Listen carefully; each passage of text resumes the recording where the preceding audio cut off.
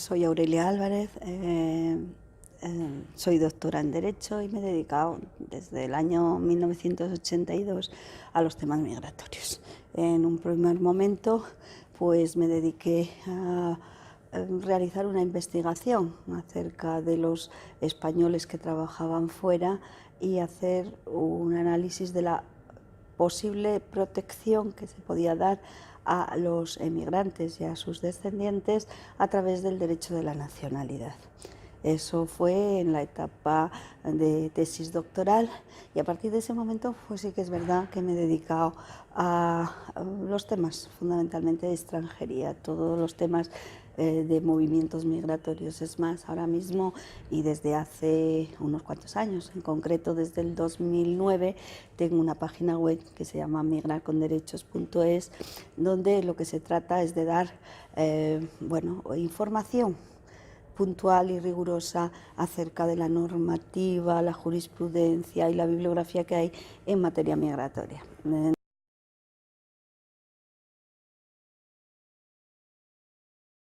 Y la idea es ver cómo los nietos de españoles residentes en el extranjero, que además han nacido en el extranjero, si tienen o no la posibilidad de volver a ser españoles como lo eran sus abuelos cuando se fueron de España. Creo que este es un tema, pues es una deuda que tiene España y el ordenamiento español a los efectos de, bueno, por lo menos brindarles la posibilidad de ese pasaporte.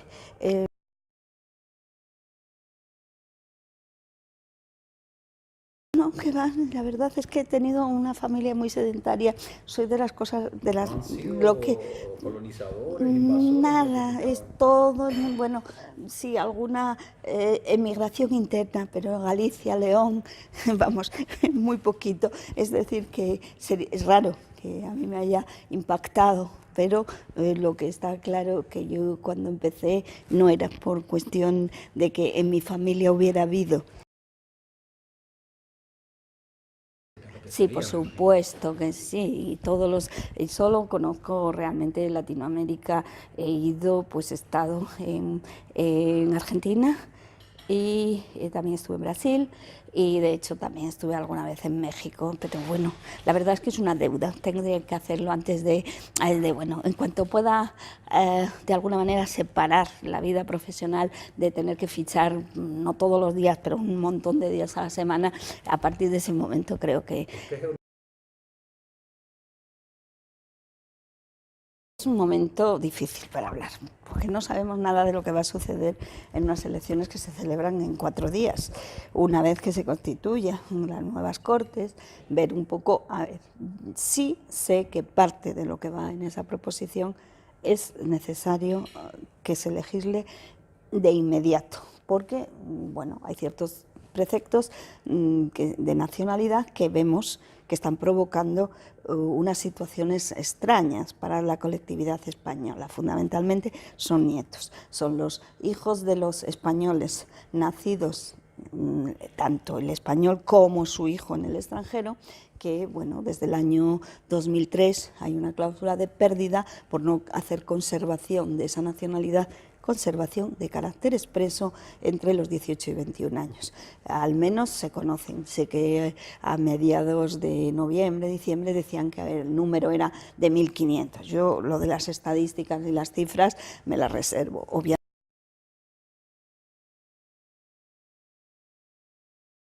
Se enfoca desde un punto de vista técnico y que realmente, a ver, ¿qué voluntad va a haber en que pierdan, que se les prive a unas personas que en el fondo hemos hecho una elaboración de una norma como fue la disposición transitoria séptima de la Ley de Memoria Histórica, donde en ese procedimiento entran y son nuevos españoles que en el fondo son los viejos recuperados de 300.000 personas? Yo creo que las cosas hay que hacerlas bien desde el principio. Trabajar decir, si ahora mismo nos encontramos con que en la Ley de Memoria Histórica te dicen sí, los incluimos y de repente dicen es nacido en el exterior, de progenitor nacido en el exterior, eran de esos menores que hicieron la opción, les permitimos, fue, hombre, algo como benévolo, pues, excluyendo a sus hermanos que eran mayores, ahí provocamos una discriminación, pero ahora resulta que les vamos a privar. Oiga, mire, yo no abro un proceso de decir que elimino un perjuicio y luego empiezo a dar balones de pequeñas proporciones, pero que esto provoca malestar, que no tiene grandes trascendencias.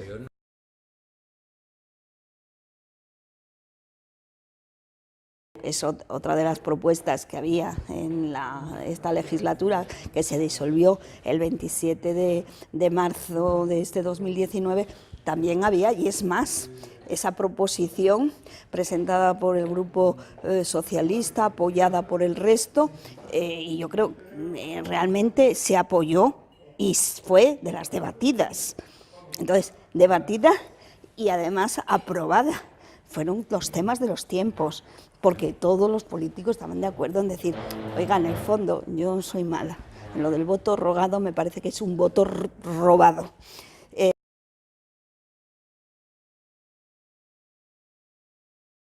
Pero que sí. A ver, cuidado, con el tema de la ley de descendientes, podríamos pensar, hombre, la ley de descendientes, si se desarrolla bien, un cambio en el Código Civil para lo que no es polémico, que es lo que sí es polémico, es ya cuando se saltan generaciones, y eso tenemos todos, vamos, hay que ser realista. Tú no te puedes llegar y decir que desde un bisnieto a tu bisabuelo, sin ninguna inscripción en el medio, en el registro civil, vas a poder acceder a la nacionalidad. Hay que reconstruirlo.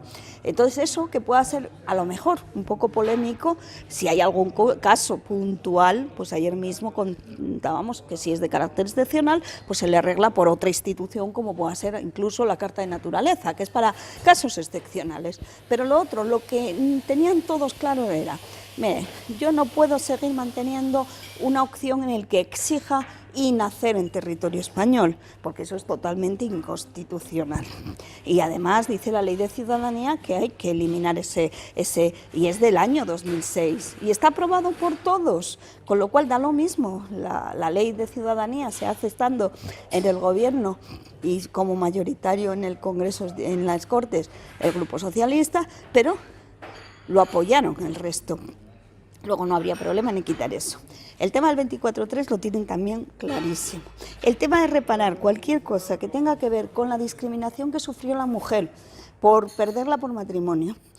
Nadie va a decir que no pueda recuperar esa señora, que evidentemente a estas alturas hay bastantes pocas que no hayan recuperado, si han querido, sin necesidad de una residencia en España y ser asimiladas a inmigrantes.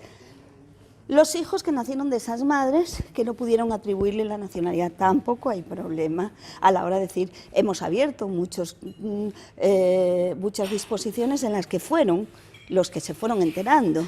Bueno, pues porque si haya alguna, tampoco va a haber a estas alturas tantas, puesto que estamos hablando de hijos que han tenido que nacer antes del año 78. Bueno, entonces hay cosas puntualmente que pueden salir sin grandes, a ver, son de justicia, no van a estar apoyadas por todos porque son puesta en marcha de preceptos constitucionales, no de pedir una retroactividad.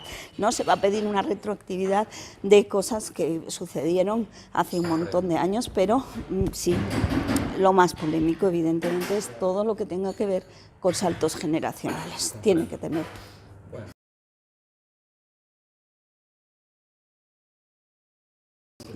La cuestión de que nos podamos mover en el tema de determinadas colonias, por ejemplo, pues tenemos el famoso Sáhara, y donde los saharauis tienen un problema particular en España.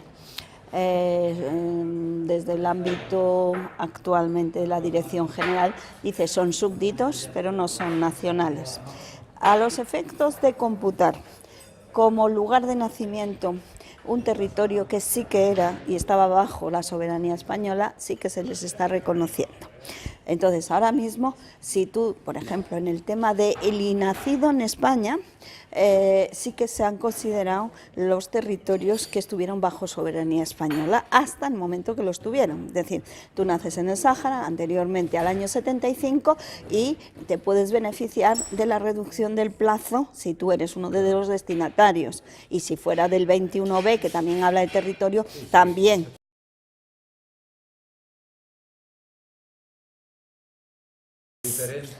Sí, pero las cláusulas que hubo a la hora de tener pues, el Tratado de París en el artículo 9, cuando era esa opción por el año, es igualita que la que tenemos con respecto, por ejemplo, a Guinea Ecuatorial o con cualquiera de los países que fueron antiguas colonias españolas.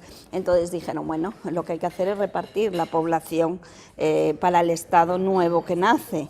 Y entonces dijeron, bueno, vale, lo es normal, es que para que tengas un Estado tienes que tener una serie de elementos. El elemento es el personal y el territorial.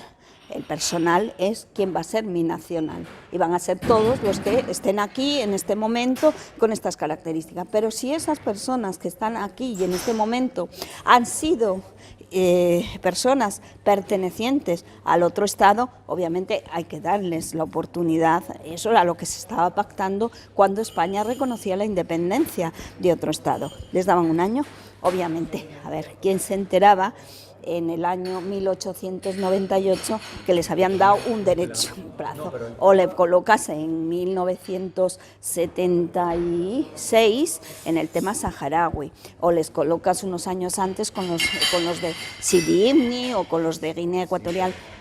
A ver, no estamos hablando de hoy, de las medias.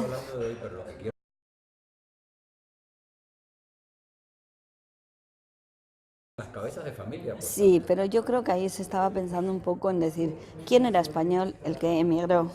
Y ese era español, aunque llegase y consiguiera la siguiente. Pero el que ya nació, han considerado un jus soli para los efectos del Estado nuevo, es decir, tengan. No existió el jus soli en Cuba hasta 1940. Bueno.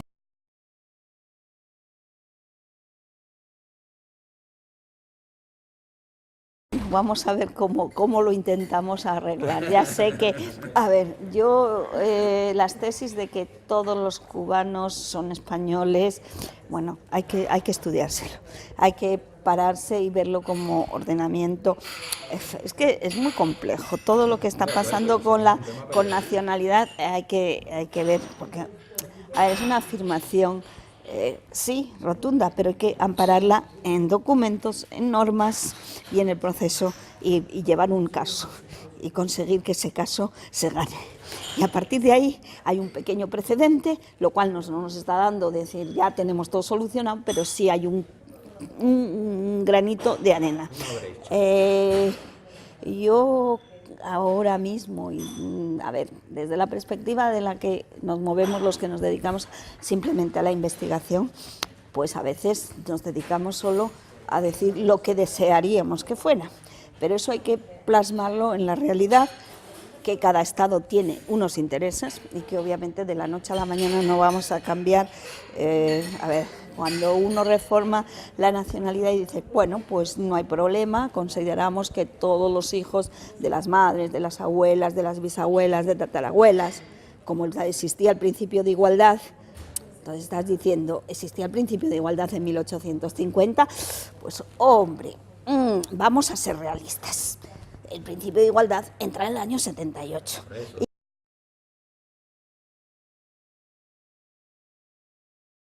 Bueno, no sé, no soy tan optimista. Es decir, la situación que vive España ahora mismo, hombre, frente a otros países vivimos bien, pero obviamente no es el país que en este momento, digamos, seguimos teniendo casi 3 millones de parados y que los jóvenes españoles están yendo a buscar un trabajo fuera.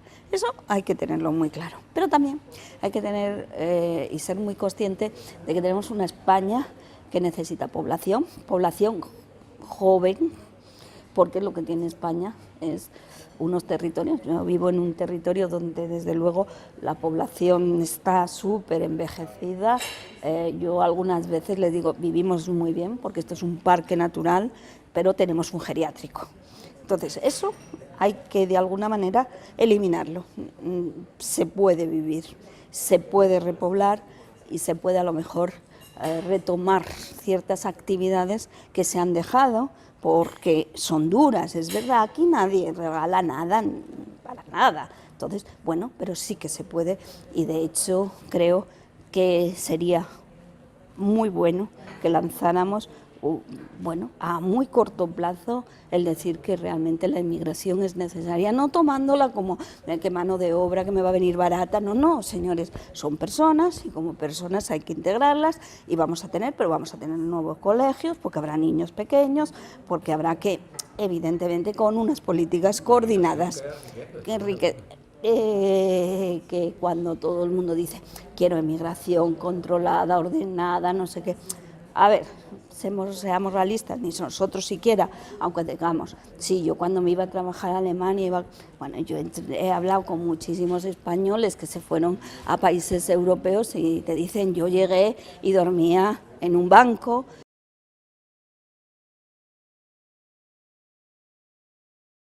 Por tanto, voy a tener opción a ver y observar lo que hay, porque lo que te venden hacia allá, decir esto es muy fácil, pues no es fácil. Cualquier persona que tiene que cambiar su estatus, su familia, dejar todo atrás, es muy duro, pero es que claro, tiene que saber lo que le va a recibir. Si va engañado, decir, ¿vas a recibir mucho? No, lo miras, lo ves, tienes opciones y decir, me facilita la vida, puedo empezar, puedo traerme a mi familia luego. ¿Por qué? A ver, la verdadera integración está con que realmente no vayas solo. Una cosa es que vayas joven, soltero y que al final hagas tu vida, y otra es que ya tengas tu propia familia, o la puedes traer y puedes vivir con ella, o verdaderamente no te integras. Y lo que necesitamos aquí es que no se formen ningún tipo de gueto y que vaya a generar, que se vayan a mezclar, no tiene por qué ser inmigrantes, sino zona de pobreza, lo cual conlleva a que, bueno, pues haya malestar, haya manifestaciones, huelgas y todas esas cosas que en segunda generación, incluido teniendo nacionalidad, puede generar muchos disturbios y malestar en la población autóctona, lo cual va a generar racismo o xenofobia.